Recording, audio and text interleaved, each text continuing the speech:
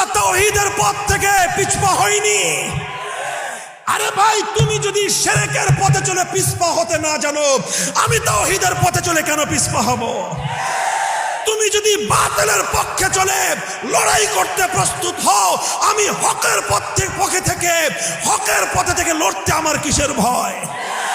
তুমি যদি বাতিলের পক্ষ হয়ে লড়াই করার জন্য ময়দানে নামতে পারো, আমিও হকের জন্য শুধু ময়দানে নয়, রক্ত দেওয়ার জন্য প্রস্তুত আছি। ইমামে আজম আবু হানিফা রহমতুল্লাহ আলাইহি হকের পথে অটল থাকতে গিয়ে সেই যুগে কারাগারে বিষ প্রয়োগ করে তাকে হত্যা করা হয়েছে। ইমামে আহমদ ইবনে হাম্বল রহমতুল্লাহ আলাইহি হকের ঝান্ডা সমুন্নত করবার জন্য সেই যুগে তাকে কারাগারের অন্ধকার প্রকোষ্ঠে নিক্ষিপ্ত হতে হয়েছে। প্রতিদিন তার শরীরের মধ্যে ব্যত্যাঘাত করে করে রক্ত ঝরানো হয়েছে। ইমাম ইবনে তাইমিয়া রহমতুল্লাহ আলাইহি সেই যুগে জালিমের মোকাবেলা করে জুলুম এবং নিগ্রহের শিকার হয়েছেন।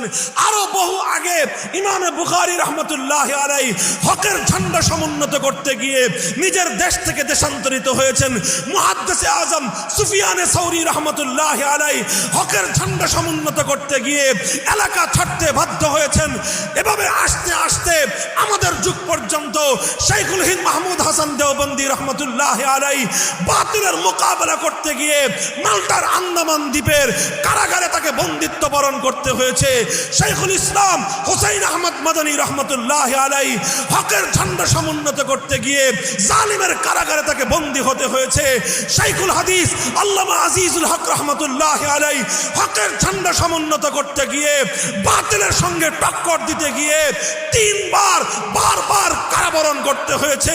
মুজাহিদে ইসলাম শাইখুল হাদিস আল্লামা জুনায়েদ বাবু নগরী আল্লাহর পয়গম্বরের ইজ্জতের হেফাজতের আন্দোলনকে সারবুলন্দ করবার জন্য, ঝান্ডা সমুন্নত করবার জন্য কারাগারে বন্দিত্ব বরণ করে চরম নির্যাতন স্বীকার করে জীবনকে ঝুঁকির মুখে ফেলতে হয়েছে।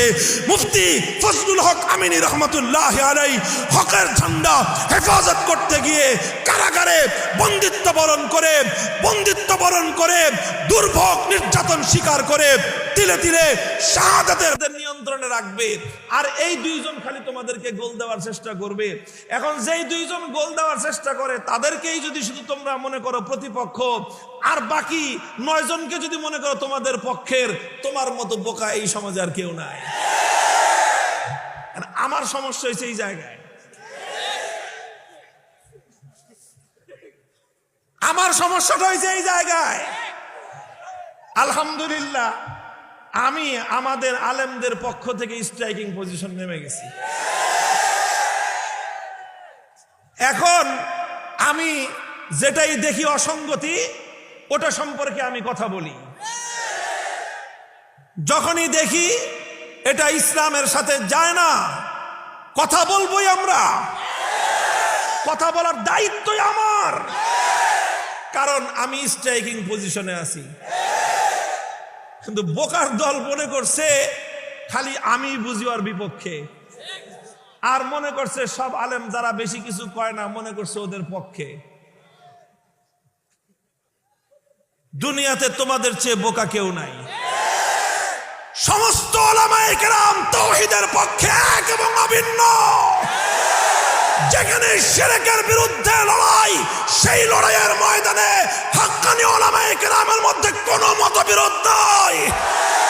আমরা সবাই এক এবং অভিন্ন সুরে কথা বলতে প্রস্তুত।